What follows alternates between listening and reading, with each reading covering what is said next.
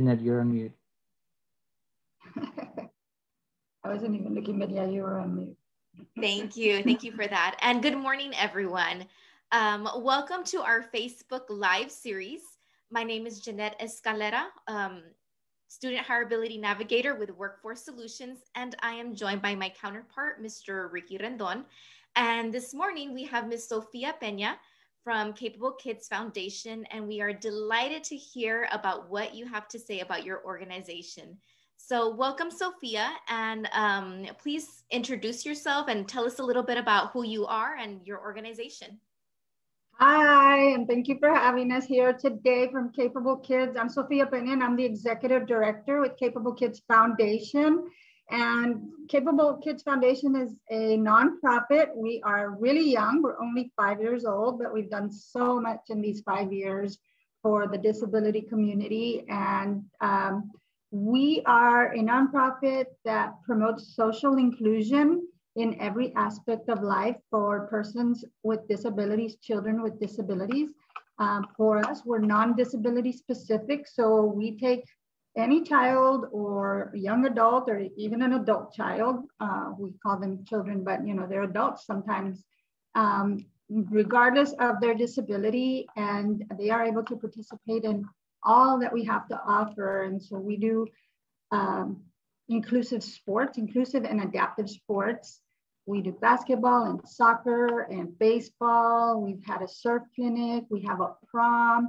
And then in between, we do all kinds of things with our families. Of course, during COVID, we ended up having to adjust our programming and go virtual just like everybody else. So we did virtual workout Wednesdays with our kids. We did social Saturdays. And so workout Wednesdays, exactly what it sounds. We gathered them all on Zoom and we had a little workout. Sometimes we danced, sometimes we did actual workouts with jumping jacks and modified exercises for those that are in wheelchairs or in walkers. And we had a blast. And on social Saturdays, over the summer, we sent our kids a box. It was actually a birthday box. It was Capable Kids Foundation birthday in June. We turned 5. So we sent them a big giant box, and inside the box, it had a cupcake to celebrate the birthday, but it also had a lot of little packets in there with all the tools they needed to do arts and crafts with us. So on social Saturdays, we gathered after lunch and we did specific little arts and crafts. Like if we were gonna build a hand puppet, all the materials were in the package and then we did it together. So we cut everything, we pasted everything. And at the end we had a little, like a duck puppet or whatever it was that we did. We planted a little plant. So we sent them a planter, the soil, the seeds, everything they needed to plant a little plant. And so super fun, super engaging, even though we can be together in person. And we're now just starting to dabble in getting back to doing things in person. So we have a partnership with Driscoll Health Plan and the Texas Department of Public Safety, or the DPS troopers, and we do a Fit Kids event. So we actually have kids in person and we do a workout cast it live on Facebook so our families can join us and anybody else out there that wants to join us. And we go through a round of stretching and some exercises just to keep our bodies moving, to make sure that our kids are moving and doing what they need to do. So super fun stuff, but we also advocate for inclusion, whether it be a legislative advocacy piece. And right now we're working with several cities, school districts, and the county to make improvements to all of the parks in the area so that the parks can be inclusive, not just ADA accessible, but inclusive, an area where everybody can play regardless of abilities. And so we got some exciting park projects coming up. We also have a program called Inclusion Matters, where we're gonna be working with really young children so that they learn how to play with children with disabilities at a very young age. Sometimes it can be scary to see a child in a wheelchair and think, well, can I play with them? Am I not supposed to play with them? Can I move around them fast? Can they move around fast? So Inclusion Matters is a curriculum that we're working with the school districts to promote. And we received a grant from the Christopher Reeve Foundation to engage in that. So that's gonna be super exciting. We're launching that here in the next week so that everybody grows up learning how to play together and nobody gets excluded. I do have a video that I want to share with whoever is on our live. And it's just a little bit of what we do with Capable Kids. So if you'll just give me a second, I will share my screen so that we can grab that video. And it is gonna be, I'm gonna share this video with you. I need to move myself out of the way here. Here we go. I'm gonna share this one really quickly with you. Can you hear it?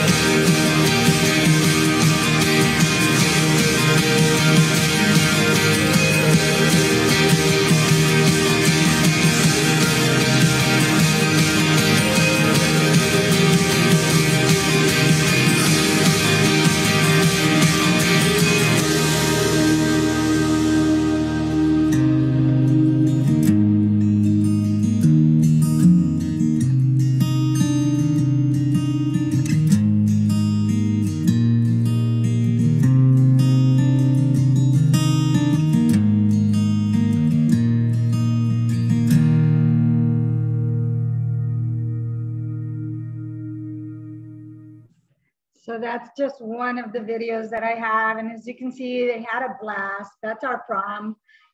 Oops, it's still going. Let me turn it off over here. What you're hearing is just the sponsors, but so let me get myself back up here. So that's our prom. We had to cancel our prom last year because of the COVID. And so this year, I think we're probably not going to be able to have the prom either. I don't know if our families are completely comfortable coming out yet, but that's just one of the services that we provide is that we have this prom. It's at no cost to any of the families. We have dresses and tuxedos donated to us, and they get to keep the dresses that we have a dress fitting for them. They come in and they get fitted for their dresses. We have seamstresses that offer their services and they alter the dresses to make sure they fit them right. And then we get tuxedos donated and the gentlemen get to put on their tuxedos. And so super fun stuff and super important things that we do for the disability community. So we're always looking for volunteers and we put out a call to volunteers. So if you follow us on our Facebook page, usually our information is there. And when we need volunteers, we put out a call and there's never a shortage of the community coming through for us and wanting to volunteer. We do have a little volunteer video that they have to watch and some training in order to be able to work with our kids. But it's, apart from being fun, it's super important. It's so important that nobody get left out. And so our main focus is always inclusion to make sure that our kids are included in everything. Outstanding, Sofia. It's so amazing how comprehensive your services are to targeting all facets of systemic inclusion, right? I believe, right, and you can tell me more about this, but a sense of community is so crucial for the development, right? Starting at a young age. So participating in these activities that you all facilitate, right, in the community, and how you involve the community, right? Because before we got on this, right, I was telling you about the Red Cape run that you hosted, an outstanding event, right? And this is an opportunity that you use as a platform to engage the community, right? I saw how you got many people in the community involved, and I still have the red cape here. That your marketing and your way of including people, right, is so phenomenal. So why is it so important, right, to start at a young age, being involved for the parents, right? Meeting with other parents who have children with disabilities and having this community. How is it impacting in the long term the lives of our community? So our hope in at Capable Kids is that someday we don't have to exist. That Capable Kids doesn't have to exist, and that everybody just includes persons with disabilities in everyday life. You know, they can do anything they set their mind to do. They just do it differently than you or I. You know, sometimes they do it better than we do. We've got one of our Capable Kids who happens to be an excellent baseball player, and he can hit the ball so hard it usually goes out of the park. And so it's just a matter of, when we talk about teaching people at a really young age, we're all born with unbiased. We're all born, you know, curious creatures, and we explore with blocks and colors and things like that. Well, if you just include them and everybody plays with each other from a very young age, it just becomes the norm.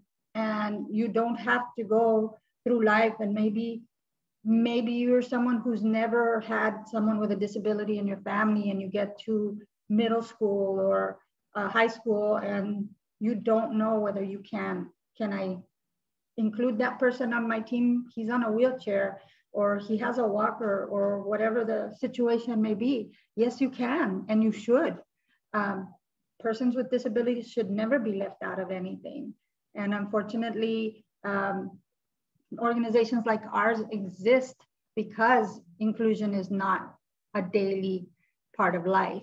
And so we hope that someday everybody's included and we don't have to exist. But for now, we have a blast. We include the community in everything. We've been so lucky that the community has been receptive and supportive. And once you've been to one of our events in person, you're in love and you want to be part of what we do all the time. So our hearts are full. Everything we do is love all day long. You know, there's no lack of smiles and hugs. I mean, right now with COVID, smiles are all we can have, but we have to remove the mask for that, right? But yeah, no, everything we do is super fun and so important. At the end of the day, despite the fun, our message is important, and inclusion is our message. That's great. I really enjoy that combination, right, of having fun, but also being educational. Because all these, there's a lot of ways to improve our awareness, right? All of us, like you mentioned, we all have biases because disabilities is such a broad spectrum of conditions, right? And a specific condition is different for each person, right? So being exposed and engaging is such a wonderful opportunity to truly advance inclusion in our community and in the workforce.